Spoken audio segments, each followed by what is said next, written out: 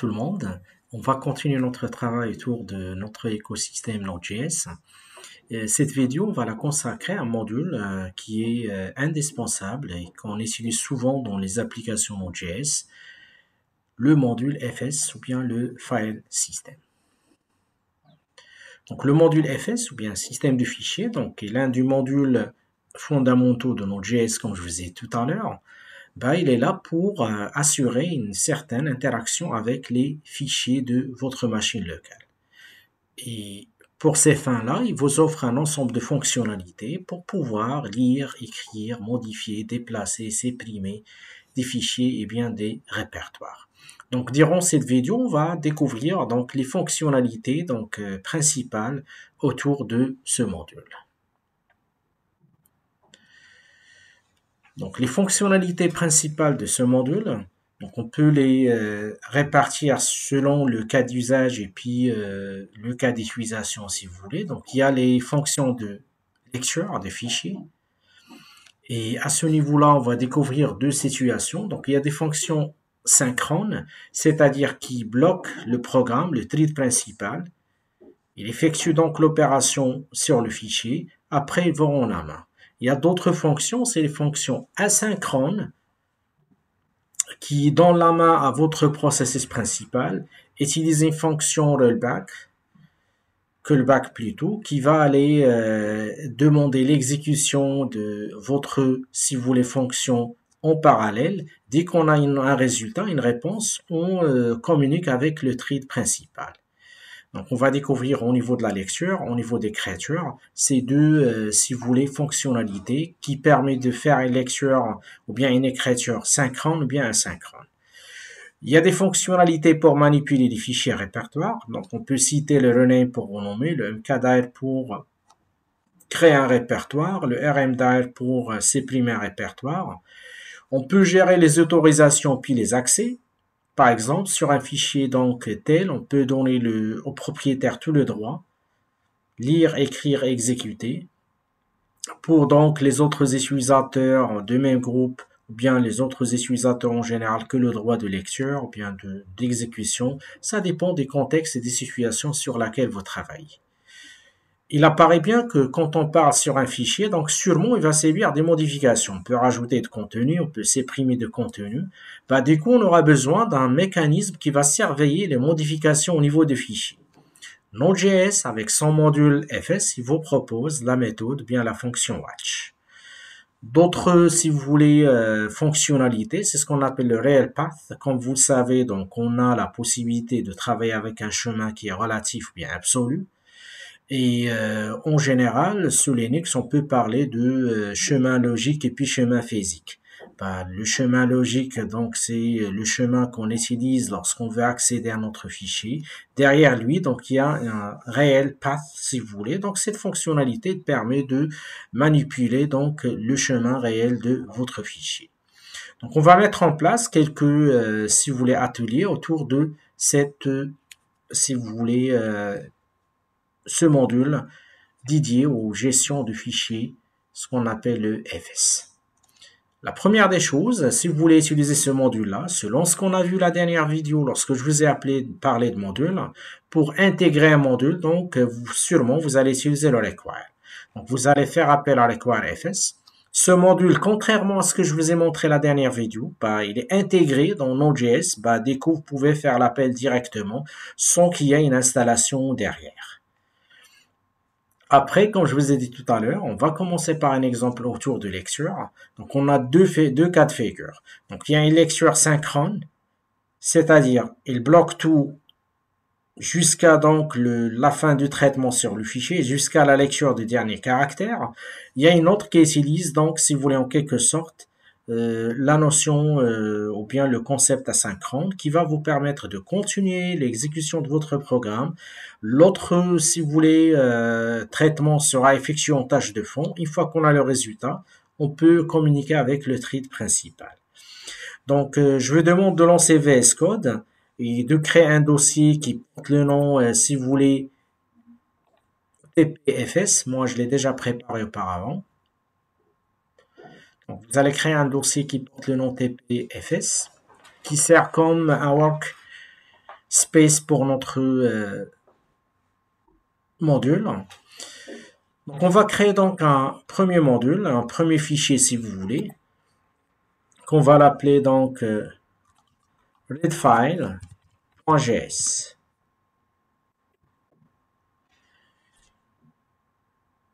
Donc, on va découvrir la méthode synchrone et puis la méthode asynchrone. Donc, on va commencer par la méthode synchrone et puis on va basculer vers l'autre méthode. Donc, la première des choses, comme je vous ai dit tout à l'heure, vous êtes censé intégrer le module. Donc, je déclare une constante qui porte le nom fs. Je fais appel à require. Je vous ai montré lors du module de la vidéo gestion de module et manipulation de module. Là, je fais appel à fs.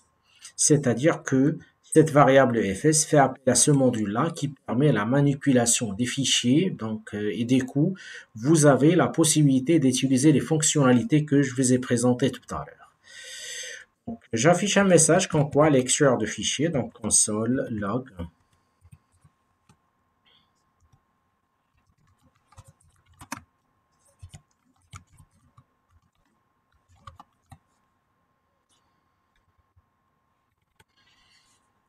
Une fois que vous voulez lire un fichier, donc je vous ai dit qu'on va découvrir deux méthodes. Donc il y a une méthode qui s'appelle readfile, il y a une méthode qui s'appelle readfile5.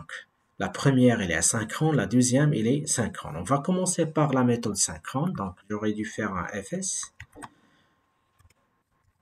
Et là, je vous demande de remarquer la différence entre on a deux méthodes, readfile, qui est asynchrone, et là, donc, c'est asynchronous reads the intercontent of file, qui permet de lire le fichier à partir, donc, si vous voulez, d'une façon qui est asynchrone. Et puis, vous avez le readfile5, qui permet de lire le fichier, donc, d'une façon qui est synchrone. Alors, je fais appel à la méthode. Cette méthode-là, bien sûr, notre objectif, c'est lire un fichier. Du coup, sûrement, on aura besoin de ce fichier-là. Donc, je vais l'appeler, par exemple, test.txt.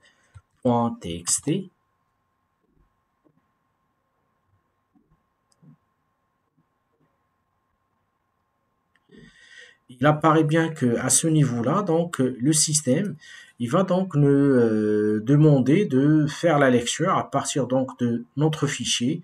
Et comme ça, donc, vous avez la possibilité donc de lire le fichier. On va créer bien sûr le fichier d'une part pour qu'on puisse, si vous voulez, en quelque sorte, demander au système d'aller chercher le fichier. Bien sûr, je viens d'utiliser ici donc un nom qui est en quelque sorte relatif, mais sinon, ça n'empêche pas que vous pouvez mettre en place un nom, plutôt votre nom de fichier qui est en quelque sorte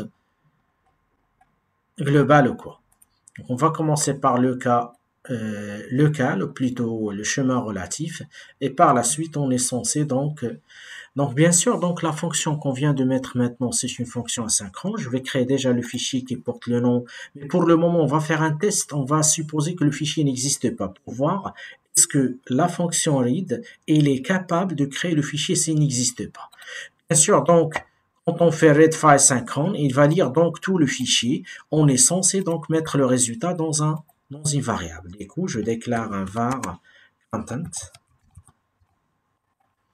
Et par la suite, je vais lui dire console.log content. Par la suite, j'affiche un message pour vous montrer qu'il s'agit d'asynchrone. Vous allez voir que ce message-là, il doit être affiché juste après avoir traité donc le fichier, faire la lecture, afficher le résultat. Console log, ici je mets programme principal. Pour voir quand est-ce qu'au niveau d'ordre, cette instruction sera affichée. Alors j'enregistre, alors je répète. Intégration de module fs, file system pour manipuler un fichier. J'affiche un message comme quoi je suis en train de faire la lecture à partir d'un fichier texte. Je fais appel à readfile5 qui représente une fonction asynchrone qui permet donc de lire le fichier suivant et de mettre le résultat dans content.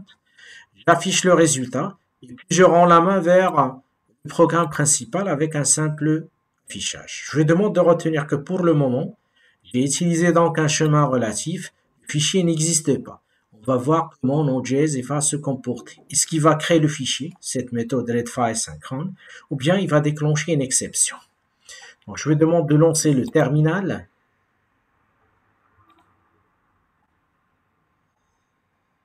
Puis je tape la commande node readfile.js. Et là, vous allez voir que génère une exception. Il n'arrive pas à ouvrir donc le fichier. Et là, il va nous donner donc le motif. Il n'y a aucun fichier ou bien directory ou bien répertoire dans le chemin suivant. Du coup, il apparaît bien que readfile exige que le fichier doit être existant. On va créer le fichier dans notre structure. Donc, on va l'appeler test.txt. Je mets dedans Node.js et puis JavaScript. J'enregistre. Je réexécute à nouveau donc l'application. Et on va voir que à ce niveau-là, donc le système, il va donc faire la reconnaissance de notre fichier. Donc, je réexécute. Je vide déjà le console et puis je retape node readfile.js. Et là, je vous demande de remarquer que il m'a affiché donc lecture des fichiers texte. Voilà. Par la suite, à partir du buffer, il a pu récupérer donc les différents éléments que je viens d'écrire sur le fichier. Là, je vous demande de remarquer qu'il utilise le format donc hexadécimal. Et puis, le programme principal, cette instruction que je vous ai montré tout à l'heure, il s'affiche à la fin. C'est-à-dire qu'on est bloqué là. Une fois que le résultat est affiché, c'est à ce niveau-là qu'on est censé donner la main au processus principal. Du coup, ça approuve donc la méthode synchrone. Donc, la première des choses qu'on va voir, c'est comment transformer, si vous voulez, le résultat qui est ici sous forme de code ASCII se forme donc de caractères et dès qu'on aimerait bien afficher le résultat tel qu'il est. Des coups, donc on va utiliser un encodage. C'est-à-dire là, lorsque vous voulez ouvrir le fichier en mode lecture, n'oubliez pas donc d'ajouter un encodage.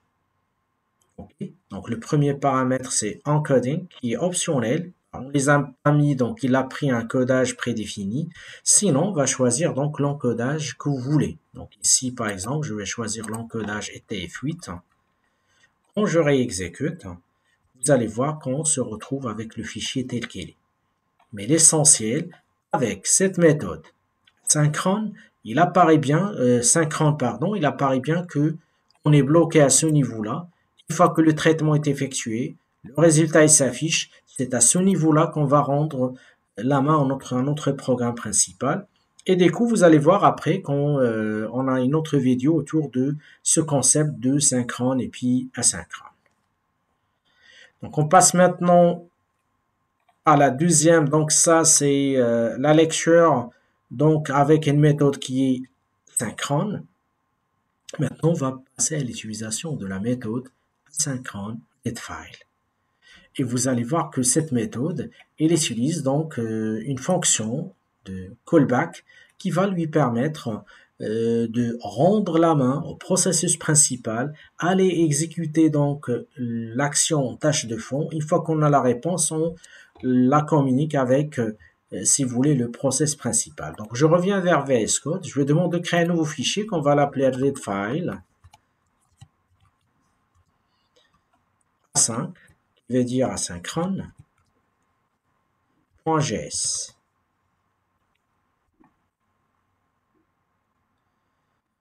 Avec la même façon, je déclare donc ma variable fs, avec donc le require fs.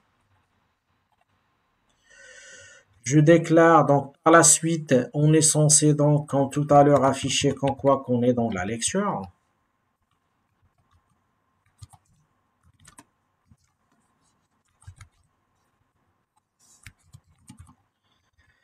Après, on va utiliser notre fonction, à savoir la fonction readfile. Donc, je fais appel à fs.readfile, qui représente un asynchronous, si vous voulez, méthode, c'est celui-là. Cette méthode-là, donc, voilà sa structure. Donc, premièrement, il prend en charge le chemin, c'est test.txt pour notre cas. et puis une fonction callback. Une fonction callback, elle dispose de deux situations.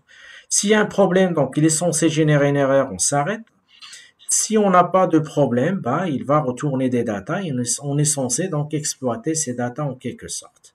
C'est-à-dire là, soit il y a des erreurs, soit donc tout ça se passe bien. Donc ce qu'on va faire par la suite, au niveau de readfile, on va définir dans un premier temps le chemin. Donc le chemin c'est test.txt. On va définir l'encodage pour éviter donc l'encodage qui est affiché tout à l'heure. Donc on va choisir le f8 par exemple. Ça dépend des contextes. Et puis le troisième paramètre, c'est notre fonction callback qui dispose de error et puis data.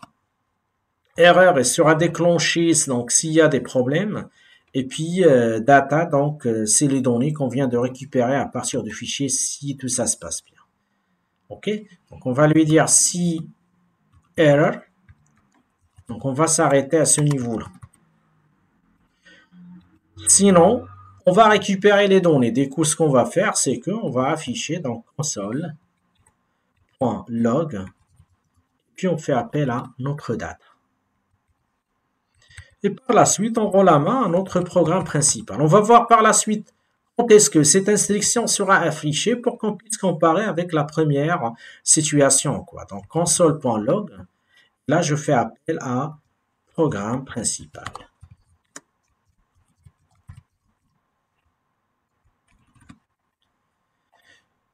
Pour le deuxième fichier qui est le readfile a5.js, premièrement, je vous ai demandé d'intégrer donc le module. Puis on affiche un message comme quoi qu'on est en lecture. Et avec readfile, on dispose des paramètres suivants. Donc vous avez le test, txt qui représente le chemin relatif de votre fichier, l'encodage utilisé, et puis une fonction callback qu'on utilise parmi les solutions qu'on va découvrir quand on va parler de l'aspect asynchrone et puis synchrone Node.js avec du JavaScript bien sûr. Donc il y a deux cas de figure. Soit cette fonction doit déclencher une erreur, au cas où le fichier n'existe pas comme tout à l'heure, au cas où on n'a pas l'autorisation et l'accès à ce fichier-là, soit donc il va donc récupérer les données. Donc s'il y a un problème, on s'arrête à ce niveau-là, sinon donc on est censé afficher les données en question. À la fin, on va afficher programme principal pour vérifier est-ce que cette instruction sera traitée avant la fin de traitement de lecture au niveau de fichier comme tout à l'heure, ou bien il est censé afficher avant. Donc je reviens au console. Et donc, je tape le node readfile a5.js. Et là, donc, on va traiter l'ordre d'exécution. Celui-là, il s'affiche en premier. Donc, c'est normal puisque c'est la première instruction qui est détectée après avoir créé le module ou bien intégré le module. Par la suite, on a demandé au système d'aller chercher les informations et de lire les informations à partir de ce fichier-là. Il apparaît bien que le système il a effectué cette opération en tâche de fond. Il rend la main à notre processus principal. Du coup, on se retrouve avec l'affichage de programme principal. Une fois que le résultat est prêt, dans ce cas-là, il prend la main et donne le résultat à notre fichier. Okay, donc si le fichier est volumineux, vous allez voir qu'il va prendre un certain moment pour vous afficher le résultat. Mais l'essentiel, donc voilà la différence entre readfile et readfile 5. On passe maintenant à la deuxième fonctionnalité, à savoir l'écriture. Donc au niveau d'écriture, donc on va faire une projection sur ce qu'on a vu en lecture. Donc on a vu deux méthodes, readfile et readfile 5. La même chose ici, donc vous avez donc le writefile et puis writefile 5. La première, elle est asynchrone. La deuxième, quant à lui, il est synchrone. Donc avec writefile 5, c'est synchrone. Writefile, c'est asynchrone. Et les deux situations, si vous voulez, diffèrent selon le contexte et selon le besoin. Vous allez choisir l'une ou l'autre. Sinon, on va poser même une autre question. Est-ce que lorsque l'utilisateur ajoute des informations, est-ce qu'on va écraser l'ancien contenu? Est-ce qu'on va le garder? Donc, tout ça, on va le découvrir tout de suite. Alors, au niveau de VS, je vous demande de créer un nouveau fichier qui porte le nom write-file.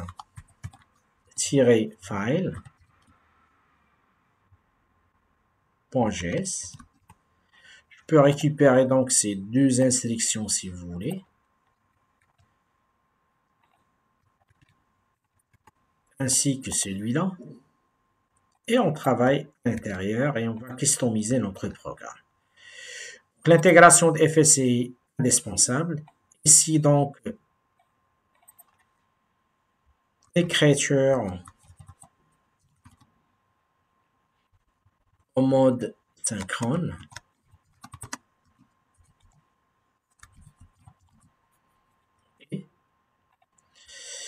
Alors, en mode synchrone, donc je déclare un fs, puis point write, et là je vais demander de remarquer donc le write file et puis write file asynchrone, synchrone plutôt, donc je vais choisir celui-là. Alors, il prend en charge les paramètres suivants. On va mettre pour le moment un fichier qui n'existe pas, donc je vais l'appeler test2.js. Le fichier n'existe pas. Deuxième paramètre, le deuxième paramètre, c'est les datas ou bien les données que vous voulez insérer dedans. À ce niveau-là, j'aurais dû faire, par exemple, Node.js. Data, donc il est pris comme étant, je vais demander de remarquer comme étant une chaîne de caractères. J'enregistre le fichier. J'ai demandé l'utilisation de writefile5. J'ai donné donc le nom de fichier qui n'existe pas. Donc ici, c'est texte, pardon, c'est le fichier texte. Le fichier texte n'existe pas pour le moment. Tout à l'heure, au niveau de la lecture, le système a détecté ou bien a déclenché une exception comme quoi le fichier n'existe pas. On va voir avec write comment il va se comporter. Du coup, à ce niveau-là, donc je fais appel à clear. Alors, node write-file.js. Et là, je lui demande de remarquer. Il m'a affiché donc écriture en mode synchrone. OK. Et par la suite, il rend la main vers le programme principal. Ce que je vais demander de remarquer, le fichier n'existe pas, donc avec write, on arrive à créer. Voilà. Et on met dedans l'information en question. Si je réexécute le programme, donc je mets ici à la place de Node.js, je mets JavaScript par exemple. J'enregistre. Aucun problème, mais quand je consulte test2, il n'y a plus le Node.js que je vous ai montré tout à l'heure. C'est-à-dire, il apparaît bien qu'avec cette méthode, c'est modification, c'est l'ajout avec écrasement des données. C'est-à-dire, lorsqu'on fait appel à notre write-file, il apparaît bien que le système, il écrase l'ancienne information, bien les anciennes données. On va voir pour le mode asynchrone, est-ce que c'est la même situation? Du coup, je vous demande de créer un write-file, donc -a5.js. J'aurais dû faire la même chose comme tout à l'heure. Je peux récupérer ces éléments. Puis on travaille dedans.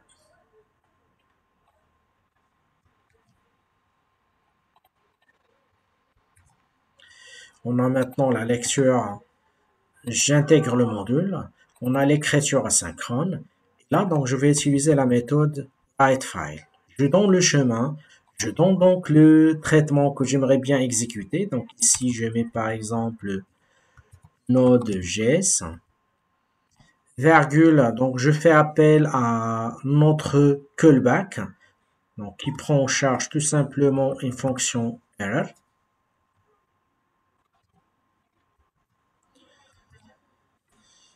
Alors, si error, donc j'arrête à ce niveau-là.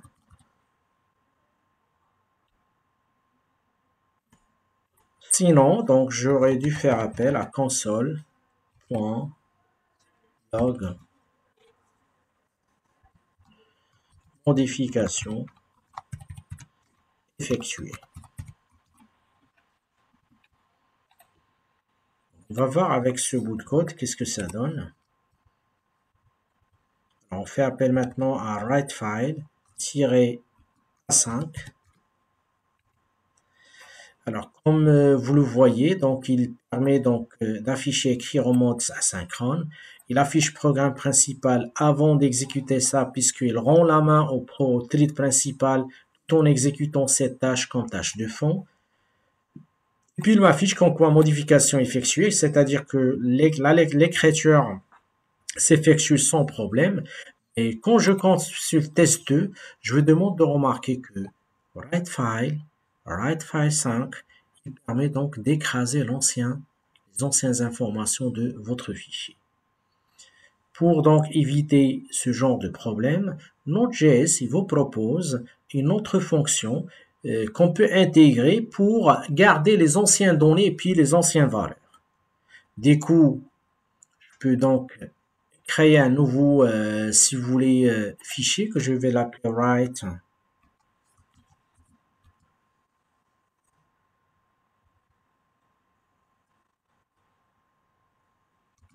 écrasement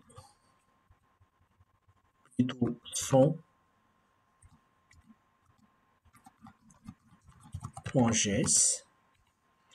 Je mets dedans l'un des deux codes, pas de problème, soit le premier, soit donc le deuxième. Donc, je vais récupérer celui-là.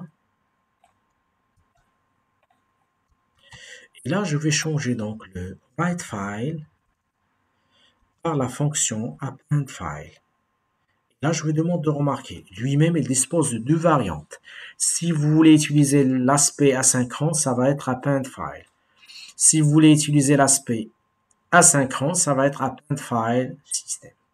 Donc, je vais choisir celui-là. Je change le message. Je mets par exemple ici JavaScript. Je mets un anti-slash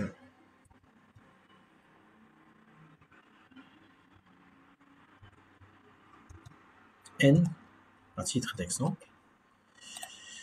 Je réexécute. Donc c'est node write-son écrasement.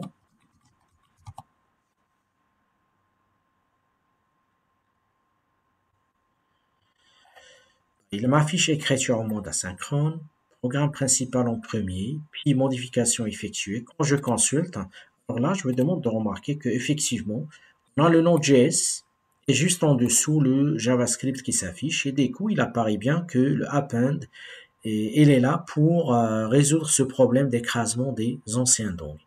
Donc ça concerne la fonctionnalité en quelque sorte d'écriture. Pour renommer un fichier, donc tout simplement, vous pouvez faire appel à la méthode rename.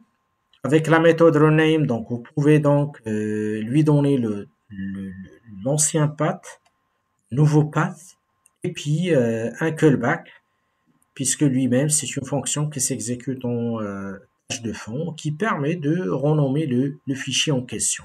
Par exemple, si on prend, je reviens ici. Donc, on va l'appeler donc rename file.js. Je déclare les éléments en question.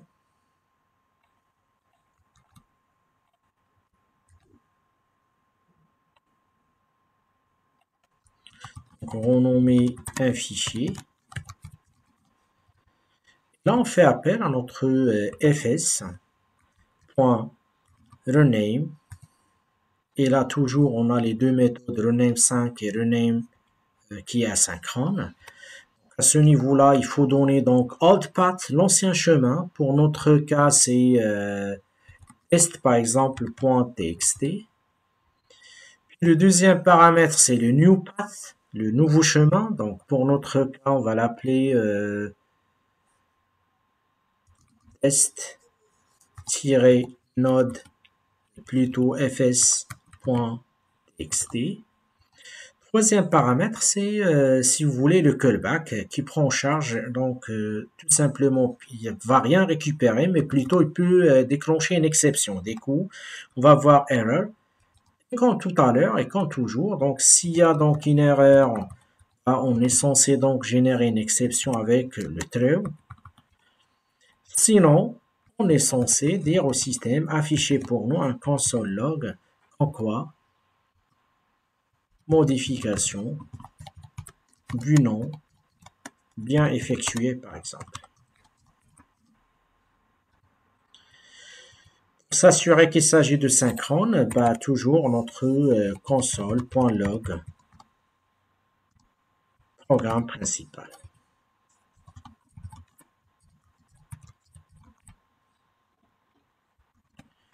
Bon, on réexécute notre code. Ça va être node rename.js.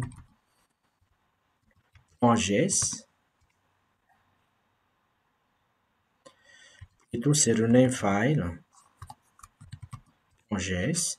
Là, il va donc nous dire qu'il est en train de renommer un fichier. Il rend la main au programme principal dès qu'on nous affiche ça. Tout ça se passe bien. Il nous dit qu'en quoi que modification du nom bien effectuée. Et là, donc à ce niveau-là, donc je vais demander de remarquer qu'on n'est plus sur test, mais plutôt sur test-fs. Parmi les fonctionnalités que vous pouvez mettre en place pour manager donc les fichiers à partir de Node.js, c'est le chmod. Bah, c'est une fonction qui permet de définir des permissions. Il prend en charge un paramètre qui est le path, le nom de fichier, nouvelle permission. Bah, les permissions, ça touche la lecture, l'écriture et puis l'exécution. Ça peut être si vous faites 777, c'est-à-dire qu'elle a le droit de lire, d'écrire et puis d'exécuter le code.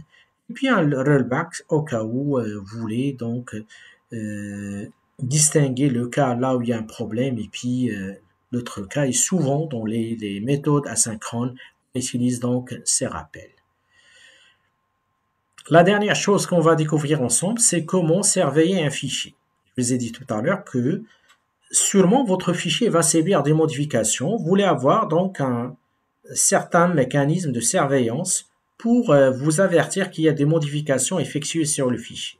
Dans ce cas-là, donc, vous allez voir que Node.js, il vous propose la fonction watch, qui prend en charge donc le chemin de votre, si vous voulez, fichier, l'event type, l'événement qui déclenche bien la modification, et puis le file name.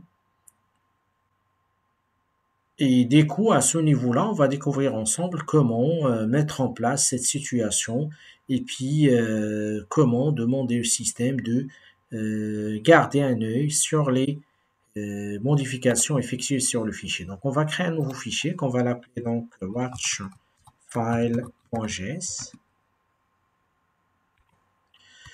On va coller dedans donc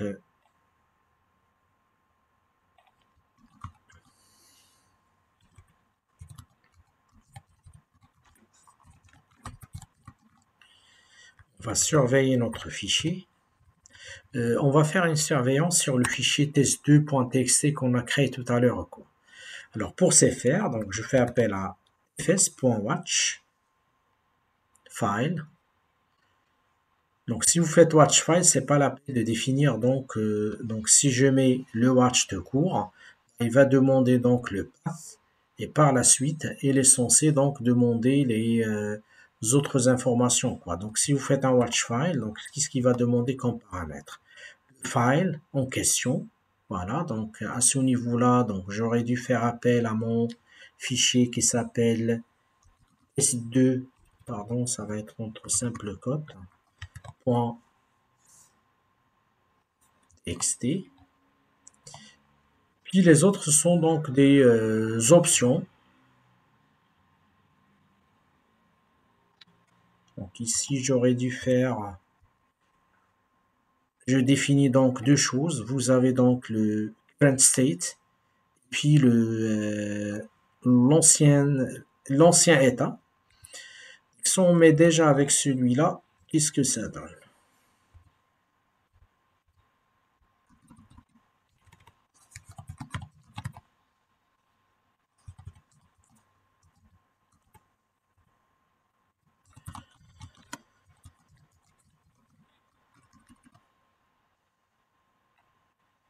Sinon, j'utilise donc le watch et je passe donc les paramètres suivants. comme je vous ai dit tout à l'heure, je passe à un type event. Event type. Et puis le deuxième paramètre, donc c'est le file name. Comme je vous ai dit tout à l'heure que j'aimerais bien tester, c'est test2.txt. Et là, à ce niveau-là, donc je mets en place le mécanisme. J'aimerais bien à chaque fois qu'il y a donc, j'aimerais bien donc que à chaque fois qu'il y a des,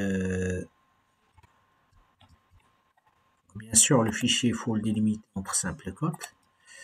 Donc à chaque fois qu'il y a des modifications, on aimerait bien que le système puisse nous afficher une information sur alors console.log.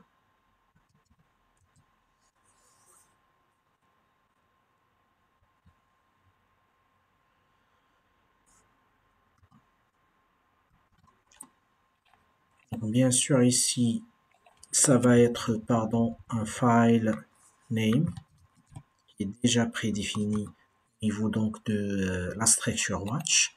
Et là, donc, on va utiliser donc le altgr avec le set pour lui dire le fichier. Utiliser l'expression, comme je vous ai montré à un certain moment, $ puis file name.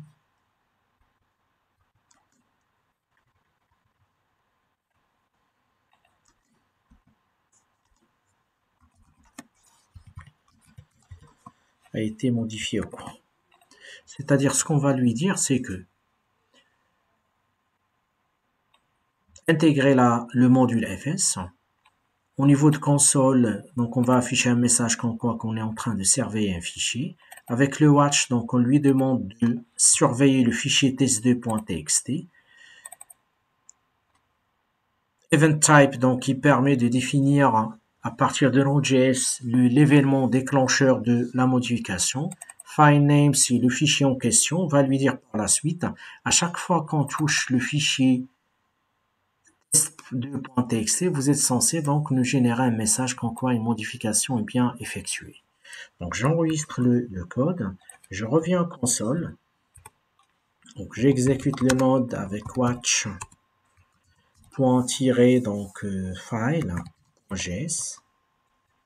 Et là, je lui demande de remarquer, il m'affiche surveiller un fichier, il rend là mon programme principal et là les modifications. Et le programme est toujours en exécution. Si vous voulez l'arrêter, ça va être un CTRL-C. Donc je relance l'exécution. Et là, je lui demande de remarquer, j'ouvre le fichier test2. J'ajoute ici un texte, une modification. Une fois que j'appuie sur CTRL-S, vous allez voir que automatiquement il va me dire qu'il y a des modifications effectuées sur test2. J'efface par exemple tout ça, j'enregistre, et il me dit qu'en quoi le fichier test2.txt est touché par une modification. Comme ça, vous allez garder donc une surveillance globale sur votre fichier. Pour arrêter l'exécution, donc j'appuie sur les touches CTRL-C. Et voilà, donc ça représente en grosso modo donc les fonctionnalités principales de notre module FS. La vidéo prochaine, on va la consacrer donc à des concepts qui sont, si vous voulez, importants,